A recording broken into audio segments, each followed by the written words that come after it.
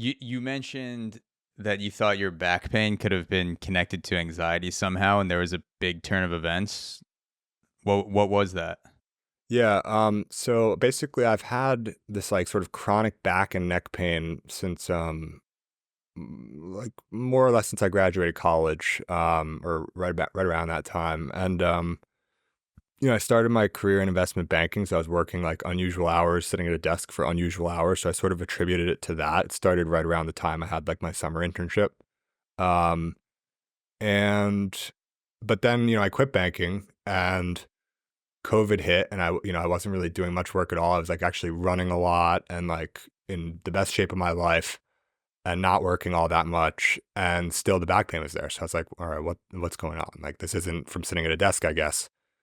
What is it? And Mhm. it's been sort of this fortunate thing, or at least I choose to view it that way, that it's motivated me to actually just become a lot healthier. Like I mentioned the running, I started running a ton, started eating and a lot better. I started fasting, doing intermittent fasting, and like just eating a lot better in general. I probably cut like 30 pounds, which was like a much healthier weight. Hell yeah.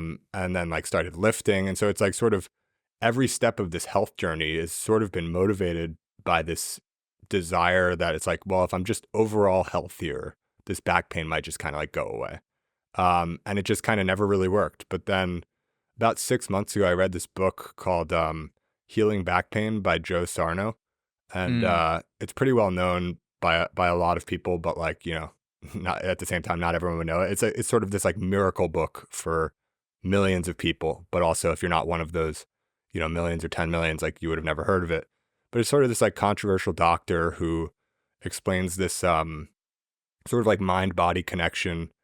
And basically, he describes the back pain as sort of what I was alluding to earlier for a lot of people being attributable to it's basically your body trying to, or really your mind trying to play a trick on you to use physical pain as a distraction um, from emotional pain or something, an undesirable emotion. So that could be Mm. anxiety or anger or anything like that. And so that's what I was sort of saying earlier. I feel like I may have been sort of like, I'm just totally speculating, but I'm guessing, given the number of people who are just like me in a lot of ways who describe these sort of like troubles with anxiety, and that I just have a hard time identifying with that. But I also have this back pain that they don't identify with, sort of like makes sense. And reading this book sort of made sense. So it's like, all things considered, would I prefer this low level pain that's not very harmful in any way to that emotional sort of struggle? Maybe. Like, I don't think that's, at least it's not an obvious answer, no.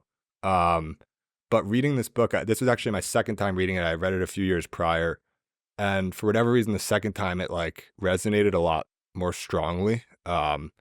And people like basically people describe reading this book and having their chronic pain sort of dissolved like overnight almost. Basically, the Mm. first time I read it, that the book resonated with me, but when that didn't happen, I was sort of discouraged. I was like, well, this book didn't fix my issue like these other people, so it must not be my thing. But then I think what happened was like 3 years later, the pains persisted for another 3 years, and I've tried like more things like chiropractor, and I've been in better shape. I'm lifting all these things, and none of it had really made any noticeable difference whatsoever. And so I think I was in more of like a I think the author, the doctor, or someone said like the person who's going to get the most out of this book is the person who needs it the most, or something like that. And so like the first time I read it, my back pain wasn't as like, it hadn't been around for as long, and it just wasn't as big of a, I just didn't really care as much. I hadn't tried as many things to fix it. And then the second time around, maybe I was just, I needed an answer more, and this was my answer. And I think, like your mind is like a very powerful thing, and like even if it wasn't my answer, believing that it was my answer could have been an answer. And I can't exactly describe to you like why it's helped me, but the last 6 months have been like the best 6 months in terms of like having back pain or neck pain that Wow. I've had in 6 years. What And it what is it's the not like totally gone. It's not like I don't feel my back anymore or my neck or anything, But overall, substantially, I think the last 6 months, best 6 months of the last 6 years. What does he prescribe in the book? What are some of the things that he has you do to? Because you said his hypothesis is that it's anxiety or some sort of negative emotion that's being stored, or Yeah. like you're using it. It's being You're uh dodging it basically. dodging it, and it's that emotion's being stored in your back rather than confronting that emotion. So what does he prescribe to get that sort of blockage, that pain out of the back? How do you work through Yeah, that? it's not like I don't know that it's so much. I mean, that's one way to think about it. It's not so much as like a stored emotion. What's actually happening, as he describes it at least, is um your sort of subconscious recognizes, and I might be messing this up a little bit. It's been several months since I read it, like I said, but like roughly, your subconscious is angry about something nonsensical. So, for example, like it can be about something real, but it can also be totally nonsensical. And it's like a baby is crying in proximity to you, and you're angry because it's like an annoying noise. But everyone knows like you don't get mad at a baby for crying. Like that's ridiculous.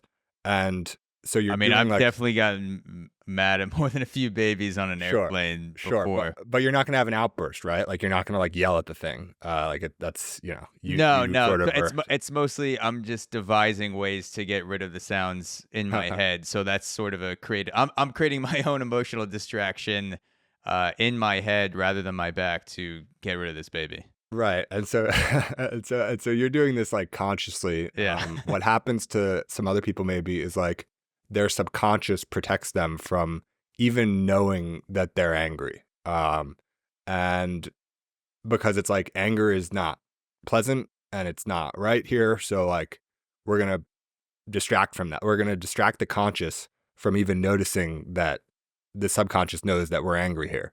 And the way that the conscious, or the way that like the mind sort of does this, I forget the name of this, the bodily system, but it was really nice because I think the first time I read it, I didn't really understand this.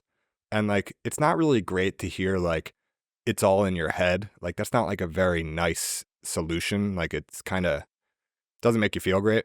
No one who Um, ever says that has good intentions. No one's ever saying it in good faith. They're like, yeah. yeah, it's all in your head. It's like, Stop oh, bitching well, about it. yeah, it's like I got my answer. It's all in my head. Like we're all good. Like that's not really Yeah. satisfactory.